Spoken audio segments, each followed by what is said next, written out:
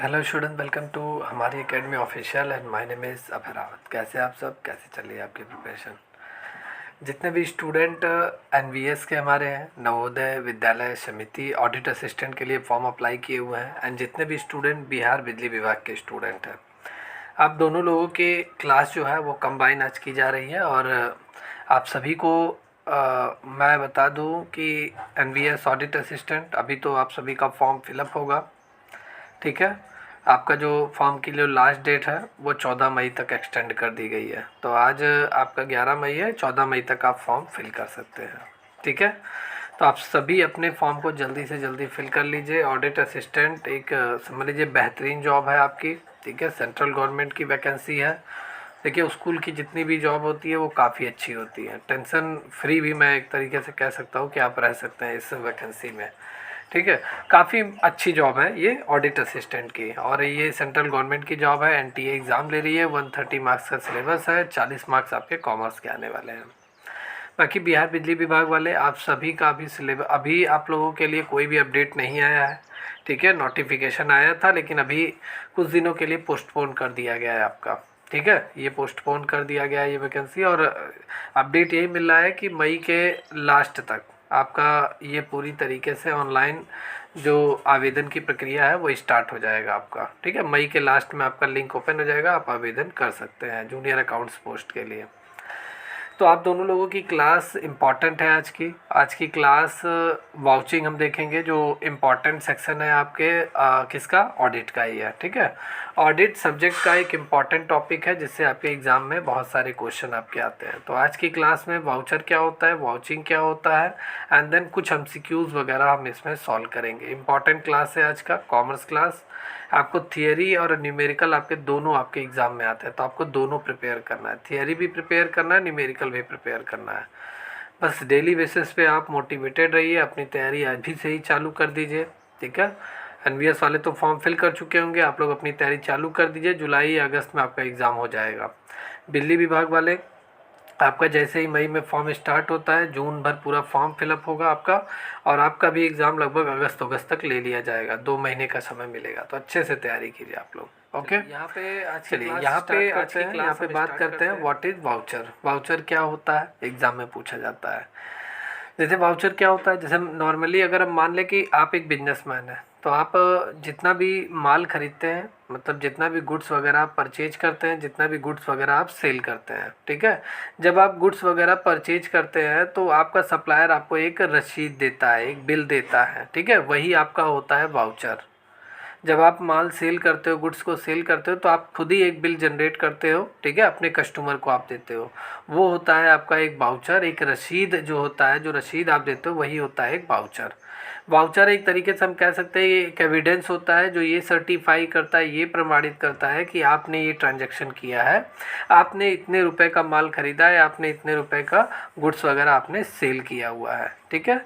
तो वाउचर एक आपका डॉक्यूमेंट होता है, एक पेपर मेड भी आपका डॉक्यूमेंट होता है, और अब आज के समय तो इलेक्ट्रॉनिक डॉक्यूमेंट के रूप में यूज होने लगा है, ठीक है। तो ये आपका एक बेसिकली एक मैं कह सकता हूँ वाउचर एक बिल होता है, रसीद होता है जो सर्टिफाई करता है कि आपने कितना माल खरीदा है, कितना माल बेचा है, पूरी तरीके से उसमें सारी चीज़ें मेंशन होती है उस वाउचर में, कि अगर आप 10,000 का सामान खरीद रहे हो तो पूरा क्या क्या कितनी क्वांटिटी में आपने गुड्स खरीदा है ये मेंशन रहेगा, कौन सा गुड्स आपने खरीदा है ये मेंशन रहेगा, डेट मेंशन रहेगा, कितने रुपए का आपने खरीदा है ये मेंशन रहेगा, जीएसटी वगैरह सारी चीज़ें मेंशन रहेंगी, कितना जीएसटी आपका एसजीएसटी लगा है, कितना सीजीएसटी लगा है, ये सारी चीज़ें मेंशन रहती है, ठीक है। तो ये आपका होता है वाउचर। और जैसा मैंने कहा इलेक्ट्रॉनिक रूप से आज के समय में वाउचर आ गया है। कैसे, जैसे आप वी मार्ट जाते हो तो आपसे क्या, आपका फ़ोन नंबर लिया जाता है, आपसे कहा जाता है कि आपका जो बिल है वो आपके मोबाइल पे जो नंबर आप देंगे, ठीक है, उस नंबर पे आपका भेज दिया जाएगा, ठीक है, मैसेज के रूप में, शॉर्ट मैसेज के रूप में आपको भेज दिया जाएगा। तो और व्हाट्सअप भी कर दिया जाता है, ठीक है, जो नंबर आप प्रोवाइड करेंगे। तो वो आपको अलग से पेपर वाला मतलब वाउचर नहीं देते हैं, बिल नहीं देते हैं, वो आपको इलेक्ट्रॉनिक रूप से उन्होंने दे दिया। अब बाद में अगर आपको मान लेते हैं जो सामान आपने ख़रीदा है उसे बदलना है तो आपको वही दिखाना पड़ेगा, ठीक है। तो क्लियर है वाउचर क्या होता है। अब यहाँ हम थोड़ा डिटेल में देख लेंगे। वाउचर आपका क्या होता है, एनी डॉक्यूमेंट्री एविडेंस, ये एक डॉक्यूमेंट्री एविडेंस होता है। एविडेंस मतलब एक सबूत होता है, ठीक है, जो सपोर्ट करता है कि आपने जितना भी ट्रांजैक्शन रिकॉर्ड किया है, जितनी भी एंट्रीज आपने रिकॉर्ड की हैं बुक्स ऑफ अकाउंट में, वो आप वाउचर के अकॉर्डिंग आपने रिकॉर्ड किया है और वो ट्रू एंड फेयर है आपके। Clear. Any document which support, कोई भी डॉक्यूमेंट जो ये सर्टिफाई करता है, ये प्रमाणित करता है कि आपने जितना भी बुक्स ऑफ अकाउंट में, बुक्स ऑफ अकाउंट मतलब अगर आप माल परचेज कर रहे हो तो परचेज अकाउंट आप बनाओगे, परचेज बुक ओपन करोगे, ठीक है। अगर आप सेल कर रहे हो तो सेल्स बुक में आप रिकॉर्ड करोगे। क्लियर। अगर आप माल वापस कर रहे हो तो परचेज रिटर्न बुक्स में आप रिकॉर्ड करोगे। माल आपके यहाँ वापस आ रहा है, सेल्स रिटर्न बुक में आप रिकॉर्ड करोगे। कैश का लेन देन जितना करोगे, जितना भी कैश फ्लो इनफ्लो मतलब आउटफ्लो इनफ्लो जितना करोगे, मतलब जितना भी पैसा आपके बिजनेस से जाएगा, जितना पैसा आपके बिजनेस में आएगा, उसकी रिकॉर्डिंग आप कैश बुक में करोगे, ठीक है। तो मतलब वाउचर आपका एक, मैं कह सकता हूँ एक ऐसा डॉक्यूमेंट है जो ये सपोर्ट करता है, ये सर्टिफाई करता है कि जितने भी ट्रांजैक्शन, जितनी भी एंट्री आपने रिकॉर्ड किया है बुक्स ऑफ अकाउंट में, वो अर्थमेटिकली रूप से वो पूरी तरीके से ट्रू एंड फेयर है। Clear. Establish the arithmetical accuracy, arithmetical accuracy भी सर्टिफाई करता है कि आप 10,000 का माल इस महीने में सेल किए हो तो 10,000 वहाँ पे मेंशन होगा, ठीक है। तो ये होता है आपका इस कार्ड वाउचर, यही आपका होता है क्या, वाउचर आपका होता है। क्लियर है वाउचर क्या होता है? आई होप क्लियर हो गया होगा। अब बहुत सारे वाउचर हैं यहाँ पे, देखिए मैंने बहुत सारे वाउचर, इतना अगर आप पढ़ लेते हैं तो आपके माइंड से पूरा डाउट क्लियर हो जाएगा वाउचर क्या होता है, ठीक है। जैसे वाउचर मैं यहाँ पे बात करता हूँ, ये देखिए ये ए बिल बिजनेस के पॉइंट ऑफ व्यू से, या अगर आपका एक कोई भी बिल है नॉर्मली, जैसे आपका इलेक्ट्रिसिटी का बिल आता है, आप बिल पे करने जाते हो, पे करने के बाद आपको रिसीविंग मिलता है, बिल हो गया। या आप अपने सप्लायर से आपने माल वगैरह ख़रीदा, उसने बिल जनरेट किया आपके नाम पे, तो वो हो गया आपका रिसीप्ट हो गया। अगर आपने, जैसे मैंने कहा ना, बिजली का बिल आपने पे कर दिया तो आपको एक रिसीविंग मिलेगा कि आपने इतना बिल पे किया है, तो वो आपका वाउचर हो गया। इनवॉइस हो गया, जितना भी आपने सामान आप अपने सप्लायर से आपने ख़रीदा है, जो लिस्ट होती है एक तरीके से, वो भी आपका वाउचर हो गया। गुड्स रिसीव नोट हो गया। सैलरी एंड वेजेस सीट हो गया, आप अपने एम्प्लॉय को जो सैलरी पे करते हो तो सैलरी और वेजेस सीट जो आपके होते हैं, ये भी एक तरीके से वाउचर आपके होते हैं। गुड्स इनवर्ड क्या होता है? देखिए ये बहुत सारे स्टूडेंट को मिस हो जाता है। गुड्स इनवर्ड होता है जब आपके यहाँ सामान वापस आ रहा है, गुड्स वापस आ रहा है। ये किस कंडीशन में आता है? सेल्स रिटर्न में आता है। आप एक बिजनेसमैन है तो जाहिर सी बात है, जब आप माल सप्लाई करते हैं, आप खुद ही सेल करते हैं, तो कई कंडीशन में होता है कस्टमर आपका सामान पसंद नहीं करता है, उसे समझ में नहीं आता है, तो वो माल आपका सेल किया हुआ माल वो बेच देता है जितना वो खरीदे रहता है, तो उसे हम बोलते हैं गुड्स इनवर्ड मतलब हमारे अंदर आना, हमारे बिजनेस में। और गुड्स आउटवर्ड मतलब क्या होता है? परचेज रिटर्न, मतलब हमने अगर अपने सप्लायर से ख़रीदा है और उसने हमारे मन मुताबिक सामान हमें नहीं भेजा है, ठीक है, तो जाहिर सी बात है, या उसके गुड्स में कोई डिफेक्ट है, टूट फूट है, ठीक है, तो हम क्या करते हैं, गुड्स को वापस कर देते हैं। तो वो आपका होता है क्या होता है? रिटर्न आउटवर्ड आपका होता है। क्लियर। या गुड्स आउटवर्ड आपका होता है, ठीक है। तो ये जो रसीद होती है इन दोनों की, ये भी आपका एक तरीके से वाउचर होता है। भाई जितना भी आप डेबिट नोट क्रेडिट नोट आपने सुना होगा, ठीक है, तो वो आपका क्या होता है? एक वाउचर्स होता है। स्टोर रिकॉर्ड्स आपका हो गया, वाउचर ही है आपका। Counter foil of a cheque book voucher है। काउंटर फॉइल ऑफ पे इन स्लिप बुक, बैंक स्टेटमेंट, आपका बैंक स्टेटमेंट एक तरीके से वाउचर ही होता है, ठीक है, जो ये प्रमाणित करता है कि ये सर्टिफाई करता है कि आपने कितना पैसा अभी तक डेबिट, इस मार्च के महीने में कितना पैसा आपने डेबिट किया है बैंक से, कितना पैसा आपने बैंक में जमा किया है, मतलब क्रेडिट किया है कितना बैंक में आपने, ठीक है। तो बैंक स्टेटमेंट भी आपका काफ़ी क्लियर करता है, ठीक है। बैंक स्टेटमेंट एक वाउचर के रूप में सर्टिफाई करता है कि इतना टर्नओवर हमारे बैंक अकाउंट का मार्च में रहा है। क्लियर। बैंक पासबुक एक सबूत के तौर पे होता ही है भाई। जैसे ही अगर आपको पता लगाना है, जैसे आज के नॉर्मली आप बैंक जाते हो तो प्रिंटर ख़राब रहता है, तो वो लोग बैलेंस बता देते हैं, भैया आपके अकाउंट में इतना पैसा है, तो आप बिलीव नहीं मानते हो, बिलीव मानोगे भी, लेकिन जब तक वो आप प्रिंट नहीं करा लोगे पासबुक को, पासबुक में आप देख नहीं लोगे, तब तक आप विश्वास नहीं करोगे कि भैया मेरे अकाउंट में इतना पैसा है और इतना मेरा स्कॉलरशिप आने वाला था, ठीक है, या मैं फीवर या फ्रीलांसर से मैं जॉब कर रहा हूँ, इतना पैसा मेरे अकाउंट में क्रेडिट हो गया है, तब तक आप विश्वास नहीं करोगे जब तक आप उसे प्रिंट नहीं करा लोगे।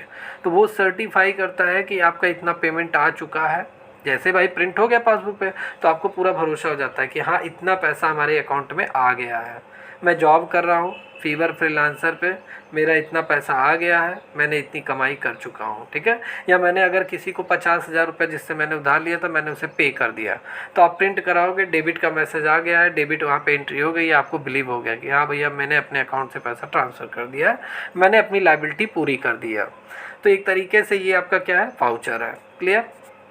एंड देन आगे अगर हम बात करें डिलीवरी चालान्स आपका वाउचर्स है, एग्रीमेंट्स वाउचर है, ठीक है भाई। एग्रीमेंट यहाँ पे समझ लीजिए क्या है। एग्रीमेंट मतलब जब आप हायर परचेज सिस्टम आपने पढ़ा होगा, ठीक है, hire purchase system, installment payment system, वहाँ पे आपका लैंडलॉर्ड और लेजी के बीच में क्या होता है, एग्रीमेंट होता है, ठीक है, कि आप मेरी ज़मीन अगर यूज कर रहे हो तो आप मुझे रॉयल्टी इतना दोगे। तो एग्रीमेंट जो होता है, एग्रीमेंट का जो पेपर होता है वो भी एक तरीके से आपका वाउचर ही होता है।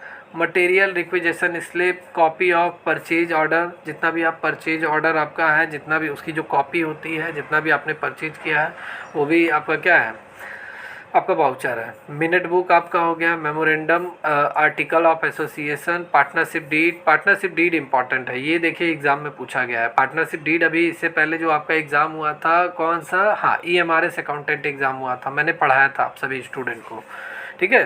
तो पार्टनरशिप डीड वहाँ पूछा गया। तो पार्टनरशिप डीड होता क्या है, पार्टनरशिप डीड या साझेदारी संलेख कहते हैं हम इसे। इसमें पार्टनर्स के बीच में एक समझौता होता है, ठीक है, कि हम ऐसे बिजनेस करेंगे, इतना पैसा हमने इन्वेस्ट किया है, अगर प्रॉफिट होता है तो इतना इतना हमारे बीच में प्रॉफिट शेयर रेशियो रहेगा, ठीक है। अगर लॉस होता है तो उसको किस कंडीशन में हम लोग उसको राइट ऑफ करेंगे, तो ये सारी चीज़ें होती हैं, ठीक है। ट्रस्ट डीड आपका हो गया, प्रॉस्पेक्टस आपका हो गया, ठीक है। तो ये सभी एग्जाम्पल है किसके, वाउचर्स के हैं। आई होप अब आपको क्लियर हो गया होगा कि वाउचर आपके क्या होते हैं। इन सभी नामों को आप पढ़ लीजिए और मेरे हिसाब से अगर मैं कहूँ तो आप नोट्स बना लीजिए। तैयारी कर रहे हैं अगर आप किसी भी एग्ज़ाम की कॉमर्स क्लास के लिए, ठीक है, तो आप ज़रूर नोट्स बना लीजिए। नोट्स बनाने से क्या होता है, आपको एग्जैक्ट याद हो जाता है, कभी भूलेंगे नहीं आप, क्योंकि आप कहीं से भी बार बार कॉपी अपना उठाएंगे पढ़ेंगे, कॉपी उठाएंगे पढ़ेंगे। और बुक से क्या होता है, लोग नोट क्यों बनाते हैं, नोट्स इसलिए बनाते हैं कि आप अपना एक बुक से निकाल कर आप अगर आप लिख लेते हो तो आप सिर्फ कॉपी को अपने फॉलो करते हो। जब आपके नोट्स से आपको पूरा आपने पढ़ लिया, याद हो गया, फिर आप जब अपना बुक उठा के पढ़ोगे तो आपको 2G 3G 4G 5G की स्पीड से याद होगा, ठीक है। जैसे अगर हम कोई चीज़ एक बुक को अगर 2 से 3 बार पढ़ लेते हैं, फिर दूसरी बुक को अगर हम पढ़ते हैं, दूसरे राइटर को पढ़ते हैं, तो हमें ऑटोमेटिक याद होता जाता है, हमें कुछ अलग से फोर्स, अपनी तरफ से फोर्स लगाने की ज़रूरत नहीं है, ठीक है। तो नोट्स आप बना लीजिए। बाकी यहाँ पे बात करें हम, यहाँ पे वाउचिंग आपका क्या होता है, व्हाट इज़ वाउचिंग। क्लियर। तो वाउचिंग आपका एक प्रोसेस होता है, मैं अगर कहूँ तो वाउचिंग आपका क्या होता है, एक प्रोसेस होता है। वाउचर्स के हेल्प से जितने भी बुक्स ऑफ अकाउंट में हमने ट्रांजैक्शन रिकॉर्ड किया है उसको वेरीफाई करना, ठीक है, वेरीफाई करना, सर्टिफाई करना ही आपका क्या होता है, वाउचिंग होता है। वाउचर के हेल्प से जितना भी हमने बुक्स ऑफ अकाउंट में रिकॉर्ड किया है ट्रांजैक्शन, जितना भी हमने गुड्स ख़रीदा है, परचेज किया है, सेल्स किया है, जितना भी हमने पैसे का लेन देन किया है, उस सभी को वेरीफाई करने का काम, सर्टिफाई करने का काम, ठीक है, वो आपका क्या होता है, वाउचिंग आपका होता है। क्लियर। मतलब वाउचर की जांच करना, एक तरीके से हम ये कह सकते हैं कि वाउचर की जांच करना ही वाउचिंग आपका होता है। क्लियर। जैसे वाउचर, जैसे मैंने 20,000 का अगर सामान मैंने ख़रीदा, ठीक है, 20,000 का गुड्स मैंने क्या किया, इस महीने में मैंने अपने सप्लायर से 20,000 का गुड्स ख़रीदा, तो जाहिर सी बात है वो हमें एक वो परचेज वाउचर देगा। परचेज वाउचर में 20,000 पूरा ट्रांजैक्शन रिकॉर्ड है और हम उसी ट्रांजैक्शन को अपने बुक्स में मैंने रिकॉर्ड कर लिया, ठीक है, परचेज बुक में। तो जाहिर सी बात है जब हम बैलेंस शीट वगैरह अपना बनाएंगे तो इसी वाउचर के हेल्प से और इस बुक से हेल्प से हम अपना बैलेंस शीट वगैरह प्रिपेयर करेंगे। और ये वाउचर काफ़ी हेल्पफुल हमारे लिए होते हैं।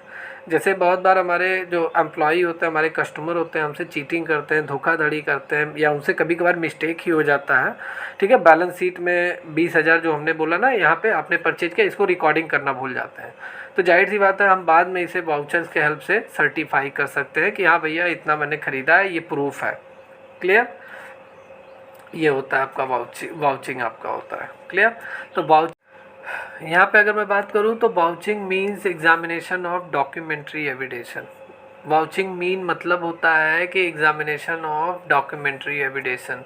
डॉक्यूमेंट्री एविडेंस मतलब आपका वाउचर, वाउचर की जांच करना, ठीक है, in support of entries to establish the arithmetic accuracy. मतलब वाउचर्स की जांच करना, और वाउचर की जांच से ये पूरी तरीके से सत्यापित करना, सर्टिफाई करना कि जितना भी हमने बुक्स ऑफ अकाउंट में रिकॉर्ड किया है वो सही है। क्लियर। व्हेन द ऑडिटर, और ये सब कौन करता है? ऑडिटर आपका करता है। ऑडिटर मतलब आपके कंपनी का ऑडिटर लेखा परीक्षा करता है, ठीक है। When auditor check the entries, जब ऑडिटर सभी एंट्रीज को चेक करता है, जितना भी आपने आज के दिन में जितना माल खरीदा है, बेचा है, सम डॉक्यूमेंट्स, ठीक है, with the some document. Some document मतलब जितना माल आपने खरीदा है वो परचेज वाउचर से मिलाएगा, जितना आपने सेल किया है उसको सेल्स वाउचर से मिलाएगा, और यही आपका क्या होता है? वाउचिंग होता है। सभी ट्रांजैक्शन को, सभी एंट्री को, ठीक है, वाउचर के हेल्प से, वाउचर के हेल्प से चेक करना, ठीक है, आपका क्या होता है? वाउचिंग होता है। जितने भी ट्रांजैक्शन आपने आज किया है उन सभी को वाउचर्स के हेल्प से चेक करना आपका क्या होता है? वाउचिंग आपका होता है।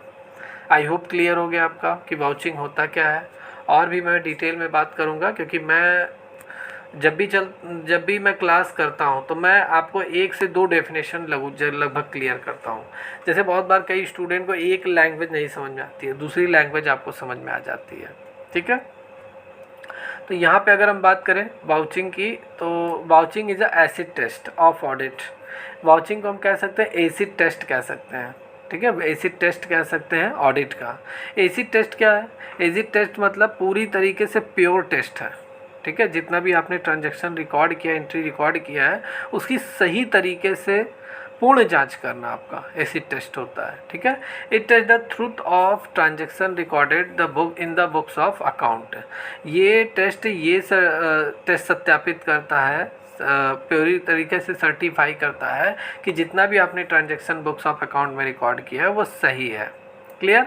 और भी अगर बात कर लें, it is an act of examination documentary evidence in order ascertain accuracy, authenticity end of the entries in the books of account. मतलब ये एक हम कह सकते हैं कि वाउचिंग आपका एक एक्ट है, ठीक है, जिसमें जितना भी डॉक्यूमेंट्री एविडेंस है, डॉक्यूमेंट्री एविडेंस मतलब वाउचर, जितना भी हमारे पास वाउचर है उसकी जांच करना, ठीक है, और उसके आधार पे ये पता लगाना कि हमने जितना भी बुक्स ऑफ अकाउंट में ट्रांजैक्शन हमने रिकॉर्ड किया है वो पूरी तरीके से ऑथेंटिसिटी है, मतलब पूरी तरीके से ऑथेंटिक है, सही है, ठीक है, और एक्यूरेसी पूरी तरीके से शुद्ध है, सही तरीके से लिखा गया है। क्लियर। तो ये होता है आपका vouching. Clear.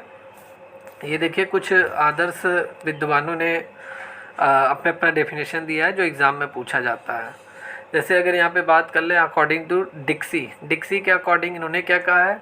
Vouching consist of comparing entries in the books of account with documentary evidence in support of their of. ठीक है, वाउचिंग में क्या होता है? खातों की पुस्तकों में प्रविष्टियों का उनके वाउचर से मिलान करना होता है। ठीक है, बुक्स ऑफ अकाउंट में जितना भी आपने ट्रांजैक्शन वगैरह या एंट्री वगैरह रिकॉर्ड किया है उनके वाउचर से मिलान करना है। ठीक है, जैसे अगर आप कैश मतलब मान लेते हैं कैश की आपने रिकॉर्डिंग की है, ठीक है, कैश जितना भी आपने पे किया है अपने सप्लायर को कैश के मतलब चेक के थ्रू, बैंक के थ्रू या कैश अगर आपने पे किया है तो उसको आप कैश बुक में आप रिकॉर्ड करोगे, जाहिर सी बात है। और जितना पेमेंट आप करोगे एक वाउचर आप रिलीज़ करोगे तो वाउचर से और कैश बुक में भी हम मिलान करेंगे, ठीक है, कि वो सही तरीके से रिकॉर्ड किया गया है कि नहीं किया गया है। तो यही होता है आपका वाउचिंग। ओके, तो लगभग अब क्लियर हो गया आपका वाउचिंग क्या होता है। इस डेफिनेशन को आप अच्छी तरीके से रीड कर लीजिए। क्लियर। हाँ, जोसेफ लेस्चर के अनुसार ये कहते हैं, थोड़ा सा शॉर्ट में इसको भी देख लेते हैं, कि वाउचिंग में पुस्तक प्रविष्टियों के साथ वाउचर या दस्तावेजी साक्ष्य की जांच इसमें शामिल होती है। क्लियर, वाउचर कहिए या दस्तावेजी साक्ष्य कहिए, ठीक है, वाउचर कहिए या डॉक्यूमेंट एविडेंस कहिए, ठीक है, कि पुस्तकों में जितना भी ट्रांजैक्शन रिकॉर्ड किया गया है वो वाउचर के अकॉर्डिंग सही तरीके से लिखा गया है कि नहीं लिखा गया है। ओके, अब तो क्लियर हो गया। अब यहाँ पे थोड़ा और आगे चलते हैं, इम्पॉर्टेंस देख लेते हैं वाउचिंग का। तो सबसे पहले वाउचिंग से हमें क्या क्या लाभ मिलता है, क्या इसके महत्व है, वाउचिंग के क्या इंपॉर्टेंस है। तो सबसे पहले यहाँ पे ensuring genuineness of the transaction, लेन देन की वास्तविकता को ये सुनिश्चित करता है। हमने अगर 1 लाख का मान लेते हैं, माल अगर हमने ख़रीदा है अपने सप्लायर से, 1 लाख में मैंने 50,000 पे किया है और 50,000 मैंने अभी उधार लगाया हुआ है कि मैं तुम्हें 2 महीने बाद सेल करके दूंगा। तो जाहिर सी बात है हमें जो वाउचर मिलेगा, वाउचर से क्लियर हो जाएगा कि हमें जितना भी परचेज वाउचर मिलेगा उससे क्लियर हो जाएगा कि 1 लाख रुपए का सामान मैंने अपने सप्लायर से परचेज किया है। फिर जाहिर सी बात है जब हम पेमेंट करेंगे तो एक 50,000 का हम पूरी तरीके से सर्टिफाई कर देंगे कि हाँ मैंने इतना इनको पेमेंट कर दिया है, और एक वाउचर हम क्रेडिट वाउचर जारी करेंगे कि इतना पैसा भी मैं इनका उधार हूँ। ठीक है, तो ये आपका हो गया। तो ये पूरी तरीके से इंश्योर करता है कि आपने जितना भी ट्रांजैक्शन किया है, ठीक है, वो पूरी तरीके से सही है, शुद्ध है।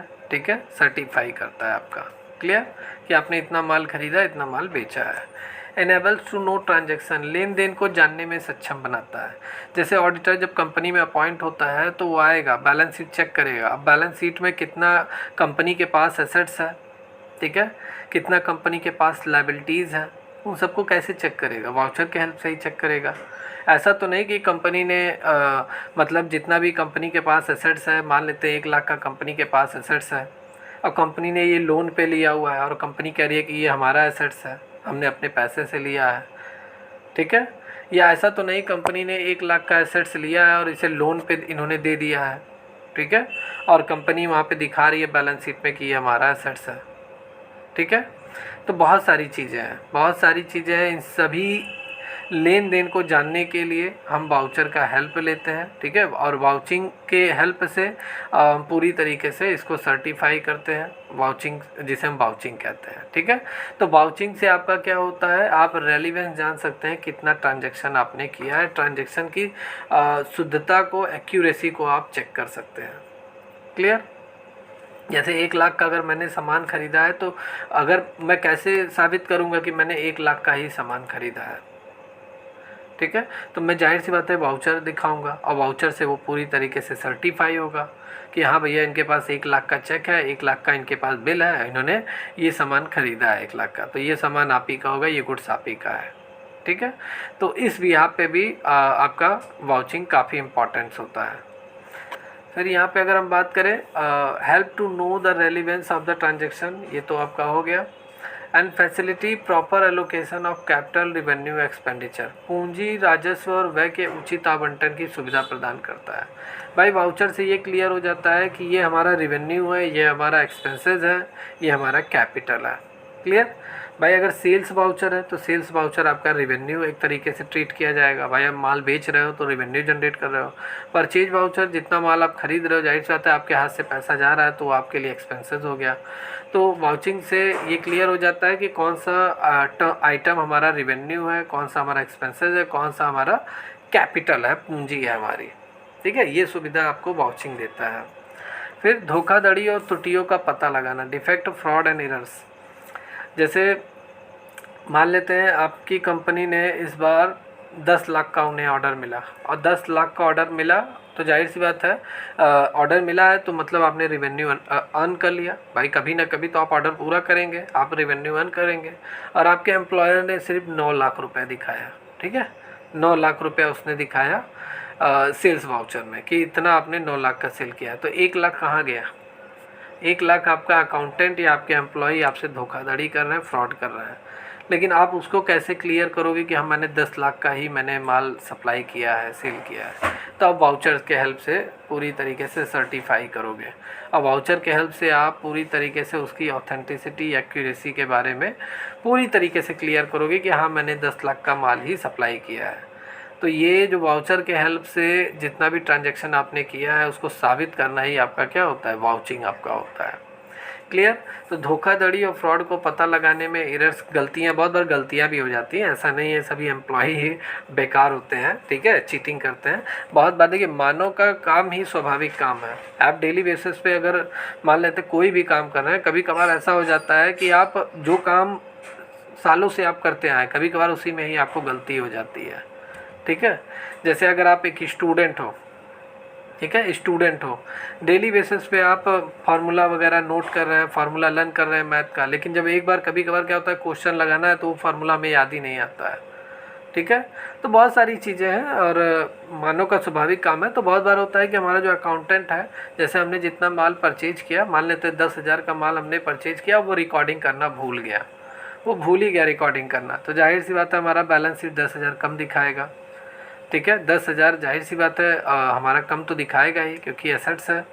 तो 10,000 जब ये कम दिखाएगा तो एक तरीके से आपका मतलब यहाँ पे क्या बैलेंस आपका कम हो रहा है। तो वाउचर के हेल्प से हम पूरी तरीके से क्लियर करते हैं कि इतना माल हमने खरीदा है। Clear. Decide authenticity of transaction, transaction की ऑथेंटिसिटी को पूरी तरीके से वाउचिंग के हेल्प से क्लियर किया जा सकता है। एंश्योर प्रॉपर अकाउंटिंग, उचित लेखांकन सुनिश्चित करता है आपका वाउचिंग। ओके।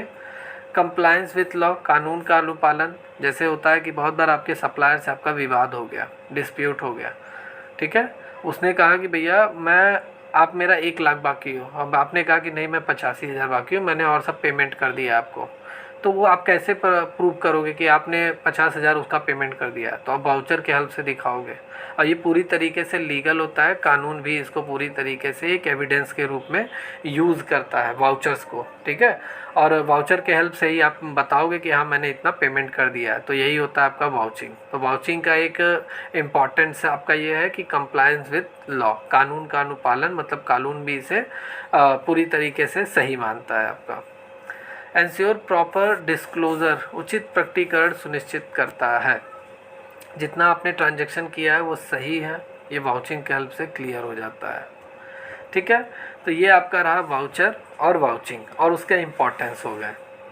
समझ में आया आपको? ठीक है, समझ में आया हो तो आप लोग कमेंट सेक्शन में ज़रूर टाइप करके बता दीजिए कि आपको क्लासेस कैसी लगी, समझ में आया कि नहीं समझ में आया। ठीक है, अगर समझ में आया तो चैनल को लाइक एंड सब्सक्राइब करना ना भूलें। ओके, चलिए अब हम यहाँ पे कुछ क्वेश्चन सॉल्व करते हैं। इंपॉर्टेंट क्वेश्चन है, आपके इस चैप्टर से भी हैं और अलग चैप्टर से भी मैंने ये क्वेश्चन इंक्लूड किया है। थोड़ा क्वेश्चन उससे हो जाए, एक आइडिया लग जाएगा कि आपका ऑडिट चैप्टर से कैसे क्वेश्चन आपके आते हैं। तो यहाँ पे सबसे पहले अगर मैं बात करूँ वाउचिंग इम्प्लाइज, वाउचिंग का मतलब क्या होता है, अभी मैंने आपको जस्ट पढ़ाया है कि वाउचिंग का मतलब क्या होता है। एग्जामिनेशन करना, ठीक है, वाउचर को चेक करना, और वाउचर को चेक करके सभी रिकॉर्ड्स को क्या करना, ऑथेंटिसिटी, सभी रिकॉर्ड की ऑथेंटिसिटी क्लियर करना। ठीक है, मतलब जितना भी रिकॉर्ड्स हैं, मतलब जितना भी अभिलेख है उसकी प्रामाणिकता की जांच के लिए वाउचर की जांच करना। जितना भी आपने ट्रांजैक्शन रिकॉर्ड किया है उसको चेक करने के लिए कि ये ट्रांजैक्शन हमारा सही है कि नहीं सही है, उसके लिए हम वाउचर्स को चेक करते हैं, वाउचर की जांच करते हैं, और यही आपका होता है वाउचिंग। क्लियर भाई? जितना आपने बुक्स ऑफ अकाउंट में रिकॉर्ड किया, चलिए अच्छी बात है, आपने पूरे दिन का आपने रिकॉर्ड कर लिया, 10,000 का आपने टर्नओवर किया है। अब उस 10,000 का आपने टर्नओवर किया है तो जाहिर सी बात है पहले आप वाउचर को चेक करेंगे। हाँ भैया, यहाँ पे अगर 10,000 मान लेते हैं एक बार में सुबह 9 बजे आपने 2,000 का माल आपने सेल किया, तो 2,000 का वाउचर कहाँ है? ठीक है, तो रिकॉर्ड को ऑथेंटिसिटी, उसकी प्रामाणिकता को सही बताने के लिए, चेक करने के लिए हम वाउचर्स को चेक करते हैं। ठीक है, और वाउचर के हेल्प से हम उसकी प्रामाणिकता को साबित करते हैं कि सही है आपके। तो बी आंसर आपका यहाँ राइट हो जाएगा, examination of vouchers to check authenticity of records. B is the right answer of this question. यहाँ देखिए नेक्स्ट क्वेश्चन, चलिए यहाँ नेक्स्ट क्वेश्चन है, audit risk is a function of, मतलब ऑडिट जोखिम का एक कार्य है। सबसे पहले ये जानते हैं कि ऑडिट जोखिम मतलब ऑडिट रिस्क आपका होता क्या है। बहुत बार क्या होता है, जो ऑडिटर होता है, ठीक है, कंपनी में जो अपॉइंट होता है, तो बहुत बार वो अपना मतलब जब कंपनी में अपॉइंट होता है सभी डॉक्यूमेंट्स को, सभी बैलेंस शीट को, ठीक है, बैलेंस शीट को कंपनी के, और कंपनी के जितने भी फाइनेंशियल स्टेटमेंट आते हैं उन सभी को वो चेक करता है, वेरीफाई करता है। और जैसे कभी कभार क्या होता है, वो अपना अनक्वालिफाइड ओपिनियन दे देता है, मतलब उसने सही तरीके से ऑडिट वर्क नहीं किया है और वो गलत बयानबाजी करता है। वो ये कह देता है कि कंपनी का जो फाइनेंशियल स्टेटमेंट है वो ट्रू एंड फेयर है, उसमें कोई भी मिस स्टेटमेंट नहीं है, कोई भी एरर्स नहीं है, जबकि ऑडिटर ने सही से काम नहीं किया है, सही से उसने ऑडिट का वर्क नहीं किया है, उसने बिना जाने परखे सीधा सीधा उसने अपना गलत राय दे दिया, अनक्वालिफाइड उसने ओपिनियन दे दिया है कि कंपनी का जो फाइनेंशियल स्टेटमेंट है वो पूरी तरीके से सही है। तो यही आपका होता है ऑडिट रिस्क। क्योंकि आपको भी मालूम है अगर ऑडिटर अपॉइंट होता है सभी फाइनेंशियल स्टेटमेंट को वो वेरीफाई करेगा, ठीक है, पूरी तरीके से चेक करेगा, सभी लीगल डॉक्यूमेंट्स को चेक करेगा, फिर वो अपनी एक रिपोर्ट तैयार करता है, फिर उस रिपोर्ट में वो अपनी ओपिनियन, अपनी राय वगैरह वो देता है, ठीक है। लेकिन ऑडिट रिस्क में क्या होता है, वो बिना जांचे परखे छानबीन के वो सीधा सीधा ये कह देता है कि कंपनी का फाइनेंशियल स्टेटमेंट पूरी तरीके से ट्रू एंड फेयर है। तो ये होता है आपका ऑडिट रिस्क, ठीक है। इसमें बहुत सारे एरर्स वगैरह होते हैं, लेकिन वो अनक्वालिफाइड अपना ओपिनियन देता है, ठीक है, जो सही नहीं है। तो यहाँ पे आपका राइट आंसर होना चाहिए सी, मतलब risk of material miss statement and detection. बहुत सारे फाइनेंशियल स्टेटमेंट में आपके मटेरियल मिस स्टेटमेंट होते हैं, बहुत सारे एरर्स होते हैं, ठीक है। तो उन सबको वो जाने परखे बिना अपनी राय दे देता है। तो यहाँ पर आपका ऑप्शन नंबर सी रहेगा और यही होता है आपका audit risk.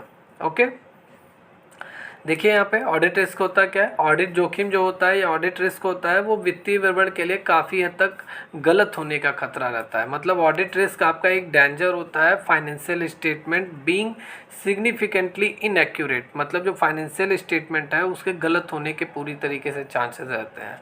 And auditor opinion notes that financial statement are free from any factual mistake. Audit अपना जो ओपिनियन देता है वो ये कहता है कि जो फाइनेंशियल रिजल्ट है वो पूरी तरीके से फैक्चुअल, पूरी तरीके से फ्री है फैक्चुअल मिस्टेक से, कोई भी उसमें गलतियां नहीं है, ठीक है। And audit aims to reduce audit risk adequate testing and appropriate evidence to a suitable low level. और ऑडिट का लक्ष्य होता है कि परीक्षण और उचित साक्ष्य द्वारा, ठीक है, ऑडिट जोखिम को उचित रूप से स्तर तक कम करना। भाई ऑडिट का तो काम ही होता है कि सभी डॉक्यूमेंट्स को, कंपनी के सभी स्टेटमेंट को चेक करना, वेरीफाई करना, जितने भी एरर्स हैं उन सभी को हटाना, ठीक है, बताना, ठीक है, अपनी रिपोर्ट में। तो ये सारी चीज़ें, ठीक है। तो ये आपका होगा C is the right answer of this question. यहाँ पे नेक्स्ट बात करते हैं, a good audit report must at least meet one of the following qualification. एक अच्छी ऑडिट रिपोर्ट के लिए कम से कम कितनी योग्यताओं का पूरा होना चाहिए, कितनी योग्यताएं, ठीक है। तो it should be offer constructive timely suggestion to the management. इसे प्रबंधन को रचनात्मक और समय पर सुझाव देना चाहिए। भाई ऑडिटर अपना जब पूरी तरीके से ऑडिट वर्क कर लेता है तब वो अपनी ऑडिट रिपोर्ट तैयार करता है और ऑडिट रिपोर्ट में अपनी ओपिनियन देता है, और वो जितना भी रिपोर्ट है वो अपना कंपनी के बोर्ड ऑफ डायरेक्टर्स, कंपनी के शेयर होल्डर्स को अपनी रिपोर्ट वो सौंप देता है। तो एक गुड ऑडिट रिपोर्ट के लिए ज़रूरी है कि उसे मतलब कंस्ट्रक्टिव एंड टाइमली, समय समय पर अपना सजेशन देते रहना चाहिए मैनेजमेंट सिस्टम को, कंपनी के मैनेजमेंट सिस्टम को। तो यहाँ पे आपका ए आंसर परफेक्ट है, ठीक है। यहाँ पे ये आपका सही लग रहा है। सेकंड वाला भी रीड कर लेते हैं, it should not be out mistake. इसमें गलतियाँ नहीं बताई जाती हैं, गलत है। भाई अच्छी रिपोर्ट है तो उसमें पूरी तरीके से जितने भी कंपनी में मतलब फाइनेंशियल स्टेटमेंट जितने एरर्स हैं, जितने भी फ्रॉड हैं, जितने भी मिस्टेक हैं, उन सबको बताया जाता है, क्लियर किया जाता है। यह तथ्यात्मक जानकारी पर आधारित नहीं होना चाहिए, गलत है। या बैलेंस शीट पर आधारित नहीं होना चाहिए, भी गलत है। तो आपका फर्स्ट यहाँ पे सही है, ठीक है। It should be constructive and timely suggestion to the management, मतलब कंपनी के मैनेजमेंट सिस्टम को समय समय पे सलाह या सुझाव देता रहना चाहिए, ठीक है, ओपिनियन अपनी रिपोर्ट के माध्यम से। नेक्स्ट क्वेश्चन है, owners of the company are called. Company के ओनर्स को हम क्या कहते हैं? तो कंपनी का जो ओनर्स होता है उन्हें हम बेसिकली शेयर होल्डर्स के नाम से जानते हैं, शेयर धारक जिसे हम कहते हैं। उन्होंने कंपनी में अपनी शेयर हिस्सेदारी खरीदी हुई है और वो कंपनी के मालिक होते हैं, उन्हें बहुत सारे राइट्स मिले होते हैं कंपनी की तरफ से। तो यहाँ सी आंसर आपका परफेक्ट है। कंपनी के जो ओनर होता है वो शेयर धारक होता है, और शेयर धारक मतलब शेयर होल्डर्स ही ऑडिटर को अपॉइंट करते हैं अपने काम को आसान बनाने के लिए, क्योंकि इनके पास इतना समय नहीं होता है। तो ये अपने काम को आसान बनाने के लिए कंपनी के जितना भी मतलब जितना भी लीगल डॉक्यूमेंट जो अभी तक तैयार हुआ है, कंपनी का जितना भी फाइनेंशियल स्टेटमेंट है, उसको वेरीफाई करने का काम, वैल्यूएशन करने का काम ऑडिटर का होता है, ठीक है। तो ये लोग ऑडिटर को अपॉइंट करते हैं। अगर यहाँ पे हम बात कर लें, owner of the company are called shareholder. Company के ओनर्स को हम क्या कहते हैं? शेयर होल्डर्स कहते हैं, या दूसरे फॉर्म में हम कहें तो स्टॉक होल्डर्स भी हम कहते हैं, ठीक है। स्टॉक होल्डर्स, ये कंपनी का इन्होंने शेयर लिया हुआ है कंपनी में, ठीक है, तो इन्हें बहुत सारे राइट्स भी मिले होते हैं। These terms are often use interchangeably, ठीक है। और ये जो शेयर होल्डर्स हैं और स्टैक होल्डर है, एक दूसरे की जगह आप यूज़ कर सकते हैं, दोनों एक ही हैं, एक तरीके से हम कह सकते हैं, ठीक है। शेयर धारक ऐसे व्यक्ति, संस्थाएं या अन्य संस्थाएं होती हैं जिनके पास किसी निगम के शेयर या स्टॉक होते हैं। मतलब जिस कंपनी में आपने शेयर खरीदा है तो जाहिर सी बात है आप उस कंपनी के शेयर होल्डर्स होंगे और कंपनी के मालिक होंगे अगर आपने शेयर वगैरह लिया हुआ। कंपनी में उनका स्वामित्व हित है और आमतौर पर ये जो शेयर होल्डर्स होते हैं कंपनी के बैठक में ये मतदान करने के लिए इन्हें बुलाया भी जा सकता है, वोटिंग वगैरह जब भी ज़रूरत पड़ती है, ठीक है। और लाभांश प्राप्त करने पर कुछ अधिकारों का भी ये प्रयोग कर सकते हैं, ठीक है। जितना भी कंपनी में बिजनेस हो रहा है, जितना भी प्रॉफिट अर्न हो रहा है, डिविडेंड जितना हो रहा है, उसमें कंपनी के जितने भी शेयर होल्डर्स हैं सभी के बीच में वो डिविडेंड बढ़ता भी है, ठीक है। तो ये सारी चीज़ें हैं, ओके या। और यहाँ पे अगर मैं बात कर लूँ कुछ एक्स्ट्रा यहाँ पे बात कर लिया जाए, हाँ, जैसे शेयर होल्डर्स आपका क्लियर हो गया। डेटर्स आपके कौन होते हैं? डेटर्स आपके कस्टमर होते हैं जिनको आप माल सप्लाई करते हैं, आप खुद ही सेल करते हैं, जो आपसे ख़रीद कर जाते हैं, जिनको आप कैश और क्रेडिट पे माल सप्लाई करते हैं, तो वो आपके कस्टमर ही आपके डेटर्स होते हैं। नियर फ्यूचर में हमें इनसे पैसा लेना है जितना माल हमने सप्लाई किया है, उधार मतलब क्रेडिट पे, ठीक है। डिबेंचर होल्डर क्या होते हैं? डिबेंचर होल्डर एक तरीके से कंपनी के लेनदार होते हैं, कंपनी के क्रेडिटर्स होते हैं, ठीक है। बहुत बार कंपनियों को जब पैसे की ज़रूरत होती है तो वो डिबेंचर्स इशू करते हैं, ठीक है, मतलब डिबेंचर जारी करते हैं। और जितने भी इन्वेस्टर्स होते हैं जब वो मतलब वह निवेशकों से पैसा उधार लेती है डिबेंचर्स के माध्यम से कंपनियां, ठीक है। और कंपनी ये प्रॉमिस करती है कि एक निश्चित समय तक अगर मतलब ये जो स्कीम है एक निश्चित समय के बाद आपको इतना इंटरेस्ट के साथ आपको मिलेगा, भुगतान करने के लिए भी एग्री हो जाती है, ठीक है। तो शेयर धारकों के विपरीत जो आपके डिबेंचर्स होल्डर्स होते हैं उन्हें कंपनी में कोई भी राइट्स ऐसा नहीं मिलता है, ठीक है, ओनरशिप उन्हें नहीं मिलता है कंपनी में। जबकि शेयर होल्डर्स होते हैं उन्हें कंपनी में क्या होता है, बहुत सारे राइट्स मिले होते हैं और कंपनी के ओनर्स भी वो होते हैं।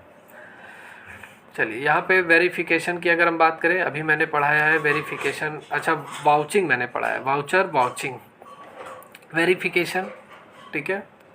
वेरिफिकेशन क्या होता है, सत्यापन क्या है, इसको ज़रा ध्यान से देखिए। तो वेरिफिकेशन आपका होता है the act of establishing the accuracy of entries in the books of account. मतलब बुक्स ऑफ अकाउंट में जितना भी हमने ट्रांजैक्शन रिकॉर्ड किया है, ठीक है, जितना भी हमने ट्रांजैक्शन या एंट्री जितना भी हमने रिकॉर्ड किया है उसकी सटीकता को सत्यापित करने की एक प्रक्रिया है, प्रोसेस है। तो वेरिफिकेशन आपका एक प्रोसेस है जिसके माध्यम से हम पूरी तरीके से अश्योर करते हैं, अपने आप को असरटेन करते हैं कि हमने जितना भी ट्रांजैक्शन किया है वो जितना भी हमने बुक्स ऑफ अकाउंट्स में हमने रिकॉर्ड किया वो पूरी तरीके से सही है, ठीक है, ऑथेंटिक है आपके, ठीक है, उसकी एक्यूरेसी सही है, अर्थमेटिकल वैल्यू भी इसकी पूरी तरीके से सही है। तो ये आपका होता है verification. The art of recording business transaction, business transaction को रिकॉर्ड करने की कला वेरिफिकेशन है? नहीं, ये तो आपका जर्नल है, ठीक है, रिकॉर्डिंग करने की कला। Primary journal is a primary books, इसमें हम रिकॉर्ड करते हैं। और बिजनेस ट्रांजेक्शन को रिकॉर्ड करने की कला आपका क्या होगा, आपका अकाउंटिंग होगा। एक तरीके से अकाउंटिंग आपका आर्ट एंड साइंस भी है, तो ये भी हम कह सकते हैं। Examination of book of account, books of account की जांच करना, खातों की जांच करना वेरिफिकेशन हो जाएगा? नहीं, ठीक है, तो ये आपका नहीं, ऐसा नहीं है, सिर्फ जांच करने से नहीं होगा। मतलब जितनी भी एंट्री आपने रिकॉर्ड की है वो पूरी तरीके से उसकी एक्यूरेसी चेक करना, वो आपका होता है क्या क्या होता है आपका वेरिफिकेशन। आपका होता है कि कंपनी के पास कितना एसेट्स है, कंपनी के पास कितनी लायबिलिटी है। कंपनी के पास जितना एसेट्स है क्या उसी की एसेट्स है कंपनी का, या कंपनी ने उसे लोन पे ले रखा है, ठीक है। कंपनी की क्या, अगर कंपनी बता रही है मेरा 5 लाख का लायबिलिटी है, तो कहीं ऐसा तो नहीं है कंपनी गलत उसमें स्टेटमेंट में शो कर रही है 2 ही लाख की लायबिलिटी है लेकिन वो 5 लाख शो कर रही है, ठीक है। तो बहुत सारी चीज़ें हैं, तो इस भी यहाँ पे आपका क्लियर। देखिए और भी अगर हम डिटेल में बात कर लें तो यहाँ पर तो देखिए वेरिफिकेशन आपका होता क्या है, और भी अगर हम डिटेल में बात करें तो verification in auditing refers to process of substantiating authenticity, accuracy and completeness of transaction, balance and other financial information presented in the company's financial statement.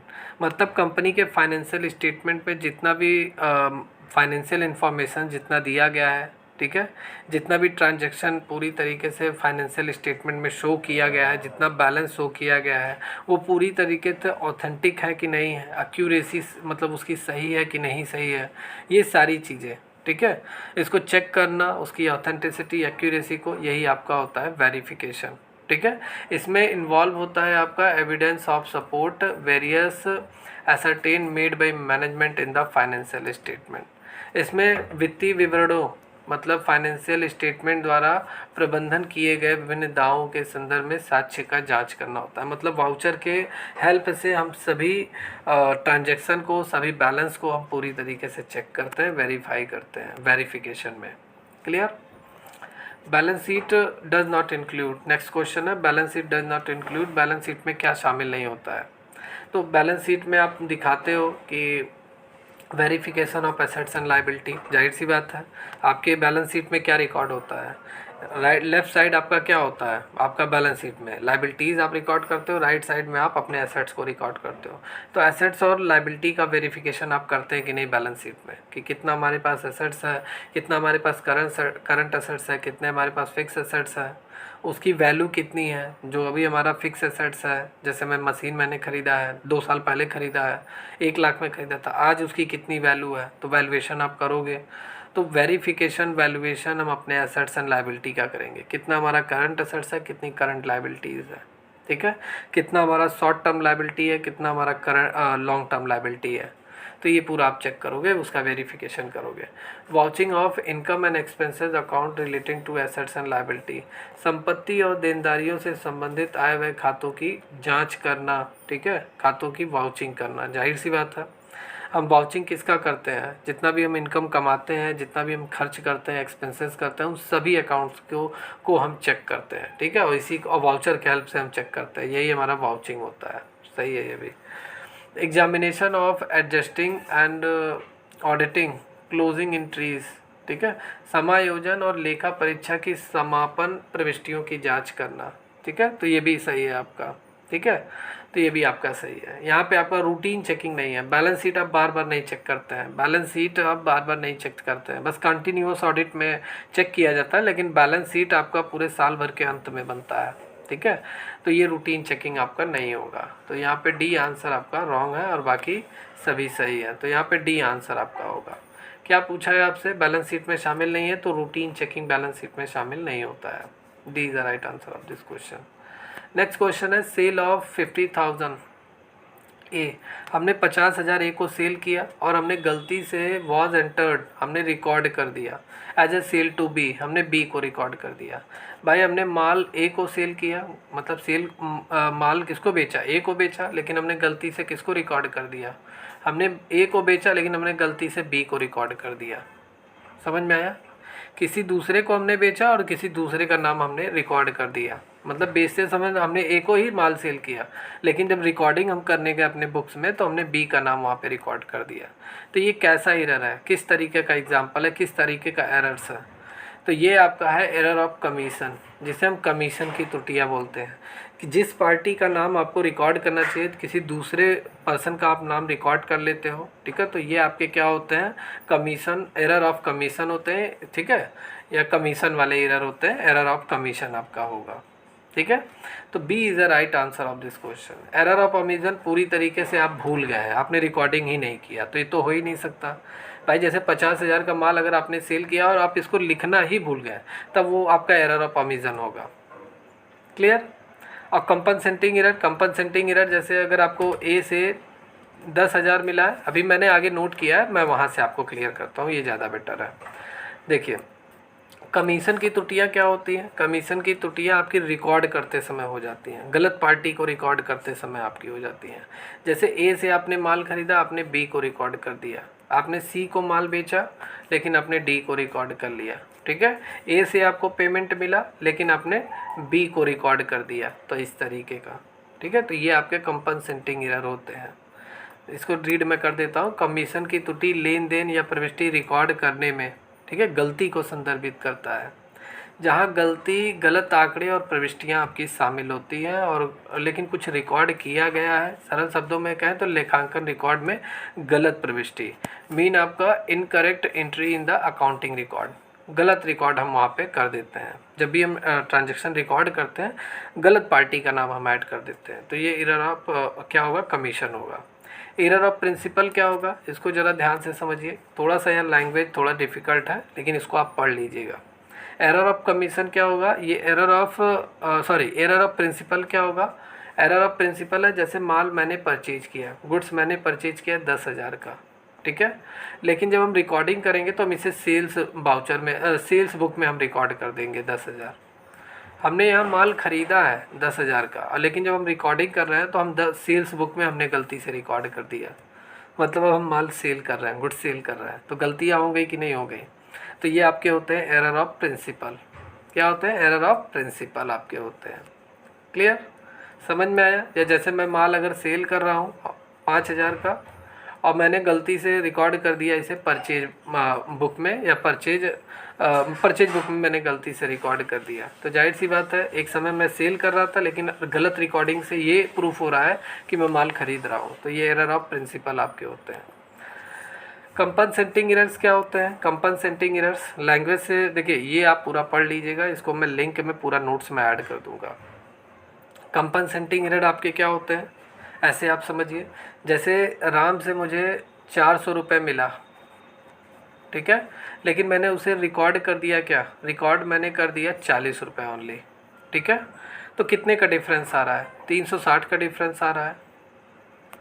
और एक दूसरी तरफ है कि मैंने रवि को, ठीक है, रवि को मैंने 400 रुपये मुझे पेमेंट करना था, ठीक है, लेकिन मैंने गलती से उसे कितना, सॉरी 400 नहीं 40 रुपये, रवि को मुझे 40 रुपये पेमेंट करना था, लेकिन मैंने गलती से 400 रुपये पेमेंट कर दिया।